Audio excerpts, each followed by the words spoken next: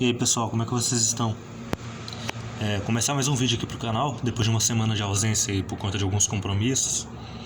Já retomo aqui agora com este carro bem icônico da nossa indústria, seja por bem ou por mal. Estamos aqui com o Renault Gordini 1964, fabricado no Brasil sob licença pela Willys Overland do Brasil. O Gordini, para quem já não conhece muita história, ele foi uma versão mais de luxo e esporte do Renault Dauphine. Era um Renault desenvolvido na França, apresentado em 1956. E aqui no Brasil foi apresentado, se eu não me engano, em 25 de fevereiro de 59, no Rio de Janeiro. Era fabricado na fábrica da Willys, no bairro do Taboão, lá no Taboão, em São Bernardo do Campo. E foi um carro criado aqui no Brasil para poder bater direto com o Fusca no segmento dos carros pequenos, né? Esse carro ele é bem curtinho, o original, ele tem 1 metro... Desculpa, ele tem 1,52 de largura e 3,96 de comprimento, salvo engano. E acho que 1,50 de altura. Então ele era realmente um carro pequeno, ele era pouca coisa menor que um Fusca. Um Fusca dessa época tinha 4,7 de comprimento. 4 metros e 7 centímetros de comprimento. Esse aqui tinha 3,96. Também tem motor traseiro e tal, mas o motor traseiro refrigerado a água de 4 cilindros, que foi praticamente a base do motor do Corcel, mas tem algumas diferenças. O motor do Corcel ele tem um bloco um pouco mais largo e um pouco mais comprido com 5 mancais. O desse aqui tem apenas 3. Mas basicamente assim, em termos básicos, né, é o mesmo motor. Só que com uma cilindrada bem diminuída, né? Esse aqui tem 840 centímetros cúbicos de deslocamento e 40 HP de potência. O Corcel já tinha 68 HP de potência e 1.300 centímetros cúbicos. Esse carro aqui especificamente ele é ano 64. A tonalidade dele era para ser o bege marfim, mas eu acabei errando a mão e acabou sendo a tonalidade próximo dos 66, 67, mas tá passável aí, né? E esse carro aqui, o Gordini, acabou... Tanto a linha Renault toda feita no Brasil, né? Acabou ganhando um jocoso apelido de Leite Glória, né? Que era o desmancha sem bater, que era o slogan dessa marca de leite em pó, por conta de uma certa fragilidade de problemas de adaptação para o nosso mercado. Os franceses da Renault, eles eram bastante sistemáticos, né? E eles batiam o pé que os carros que eles licenciavam para ser produzidos no resto do mundo tinham que ser exatamente iguais aos modelos franceses, né? Batiam o pé. Se a gente aqui na França fez 100 e tantos mil carros desse, então vocês têm que fazer exatamente iguais. E por conta disso o carro não passou pela tropicalização que era necessário para poder suportar as nossas condições, né? E aí por conta disso os carros Renault, né, o Dauphine, o Gordini, o Temuso e o 1093 ganharam o jocoso apelido de Leite Glória. Para quem desconhece desses modelos, tem algumas diferenças em relação ao Dauphine e ao Gordini. O Gordini ele era mais bem acabado do que o Dauphine ele era um pouco mais simples. Então já vou apontando aqui algumas diferenças. Quando eu fizer o vídeo do Dauphine 1960, vocês vão saber do que eu tô falando. Então, por exemplo, o Dauphine... Caiu uma cerca aqui. O Dauphine, por exemplo, ele tem rodas de 4 furos, bem finas, que ficam nas bordas aqui do miolo, na borda entre o miolo e o raio. E o aro, desculpa. E o Gordini ele tem rodas com mais janelas ovais aqui no miolo, né? Outra coisa também é que nesse rebaixo e na caixa de ar tem frisos de aço inox. Enquanto que o Dauphine ele não tinha esses frisos, né? O único friso cromado que tinha mesmo era, além da borracha dos vidros, era esse aqui que fica na divisa do paralama com a carroceria. Era basicamente só isso. O Gordini já tinha esses frisos todos. A própria luz de placa no Dauphine era na cor da carroceria e no Gordini era cromado também. E o próprio acabamento interno também já tinha desenho diferente. Vocês podem ver que os bancos têm esses gomos verticais e as forrações de porta também tem gomos verticais com bolsas nas portas, né? Bolsas de corvinho nas portas. O Dauphine, por sua vez, ele tinha gomos horizontais tanto nas forrações de porta como nos bancos e não tinha essas bolsas nas portas dianteiras. E outra coisa é justamente na parte mecânica, né? Os dois tinham basicamente a mesma cilindrada, só que o motor do Dauphine tinha 31 HP. O pessoal saiu publicando erroneamente que eram 36 HP, mas na publicidade original da época eram 31 HP no Dauphine, e câmbio de apenas 3 marchas com acionamento também no assoalho, assim como no Gordini. A diferença é que o Gordini era 4 marchas e o motor já desenvolvia 40 HP. Tanto é que a propaganda da época de divulgação do lançamento do Gordini já ladeava o carro como sendo um carro com 40 HP de emoção, né? Que, tipo assim, pra época foi uma evolução comparado com o Dauphine. Apesar de que mesmo pra época já não era grande coisa em termos de potência, né? Era apenas 10 HP a menos do que um motor DKV, que tinha um cilindro a menos do que esse, apesar da litragem já ser um pouco maior, né? Esse aqui era 0.8, o DKV era 1.0. E esse carro aqui, ele abre o título desse vídeo aqui com o título de campeão do mundo, porque esse carro aqui é 64, e em 64, para poder tentar reverter a má fama dos Dauphine e Gordini, a Willys fez uma campanha promocional com esse carro, colocando um Renault Gordini bege, né, um bege marfim, no Autódromo de Interlagos durante 22 dias para cumprir um ciclo de 51.233 km rodados sem parar. O carro só parava para abastecimento, troca de óleo, complemento da água do radiador e troca de pneus. Era basicamente só para isso que o carro parava, e também para troca de pilotos. O carro continuava funcionando o tempo todo, assim, continuou rodando sem parar, com todos os pilotos da equipe Willys fazendo revezamento para manter o carro em funcionamento, né? Para bater o recorde de resistência. Uma coisa que vale ressaltar também é que o carro, por conta de um colchão de pedrisco que foi se formando na curva 3 do antigo circuito de Interlagos, né? Hoje em dia essa curva já não é mais ativa, já não existe mais.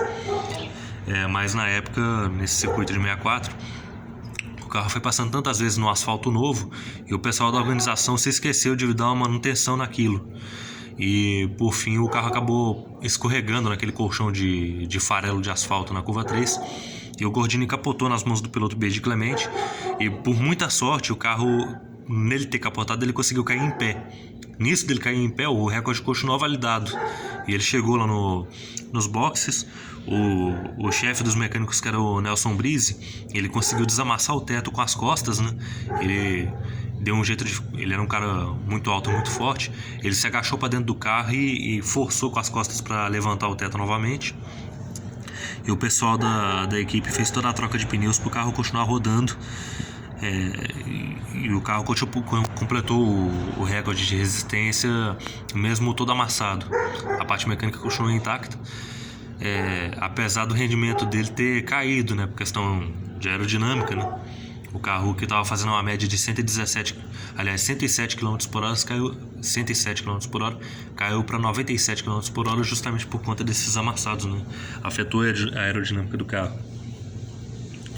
Mas mesmo assim o carro conseguiu completar seu ciclo, né? E bateu o recorde mundial de resistência, que até então pertencia a um Ford Cortina, pilotado por toda a turma da Fórmula 1 daquela época, né? Inclusive pelo Jim Clark, que era considerado o maior piloto de todos os tempos da Fórmula 1 até o falecimento do Ayrton Senna.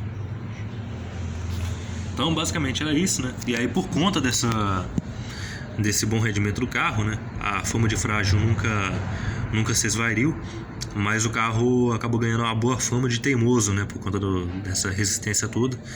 E esse apelido acabou batizando a versão pé de boi dos Renault. Isso é importante dizer. O Dauphine, ele, que era a versão mais básica do Gordini, ele acabou perdendo espaço no mercado após o lançamento do Gordini 62, e o Dauphine foi produzido só de 59 até 64. A partir de 65, no lugar do Dauphine, entra o Renault Teimoso, que era basicamente o mesmo carro, o mesmo Gordini, só que completamente despelado, até em reforços estruturais ele era depenado. Os para-choques não tinham mais reforços aqui dessas garras e eram pintados em prata. Não tinha luzes de seta. A forração interna era basicamente a estrutura à mostra com uma napa revestindo por cima como se fosse cadeira de praia. Não tinha calotas, luz de seta também, nem na traseira ele não tinha. O chapão traseiro ele não tinha lanternas, era só uma lanterna vermelha no lugar da luz de placa aqui para sinalizar o freio e iluminação noturna. O carro era realmente muito simples.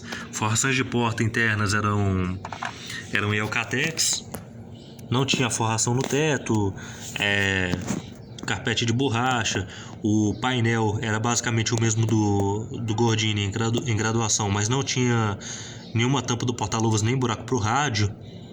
E também já no quadro de instrumentos, o marcador de combustível foi substituído por uma luz espia que alertava quando a gasolina já entrava na reserva. Foi um carro que acabou não obtendo êxito de mercado, né, por conta de motivos óbvios, né, era extremamente pelado, apesar da linha de crédito que a Caixa oferecia para esse modelo mais básico. Tanto é que a partir dessa linha de crédito nasceu não só o Renault Teimoso, mas também a DKV Pracinha e o Volkswagen Pé de Boi, que eu também tenho um na coleção que depois eu apresento. Fora o Cinca Profissional, esse já é mais voltado para o mercado de táxis. E da linha toda, a Renault também teve mais uma derivação, que foi o Renault 1093, que já era uma versão um pouco mais requintada e mais esportiva, utilizando o mesmo motor de 853 cm3 de deslocamento e 53 HP do Willys Interlagos. No ano de 64, ele era disponível nas cores Grená e, se eu não me engano, na cor marfim. Eu teria que verificar aqui. Se eu não me engano, acho que quem me passou essa informação foi o Nilton Parisotto, que é um cara meio ligado a Cinca. Um abraço para ele. Se eu não me engano, acho que eram as cores Grená e marfim. E em 64 essas cores foram substituídas pelo dourado. Por isso que já é muito mais fácil você ver um Renault 1093 65 dourado do que um 64 Grená e marfim. O Grená eu tenho certeza, o marfim eu não tenho certeza se saiu, mas eu vou verificar depois. E por fim é isso. O Gordini ele foi produzido de 62 até março de 68. Em março de 68 ele saiu de linha porque a Ford já tinha assumido a Willys e o desenvolvimento do Corcel já estava bastante andado. Então, apesar do Corcel ser enquadrado como um carro médio, ele veio meio que para substituir o Gordini no mercado do carro compacto, entre aspas, da linha Ford Willys. Desse desenvolvimento todo, para 66 foi apresentado o Gordini 2, que apresentava 25 inovações. Eu não vou lembrar de todas, mas eu lembro de uma específica, que eles deslocaram o bocal do tanque de combustível de dentro do cofre do motor para uma tampa cromada posicionada aqui entre o vigia e a tampa. E no Gordini 3 isso foi suprimido, voltou a ser como no Gordini 1, entre aspas, né?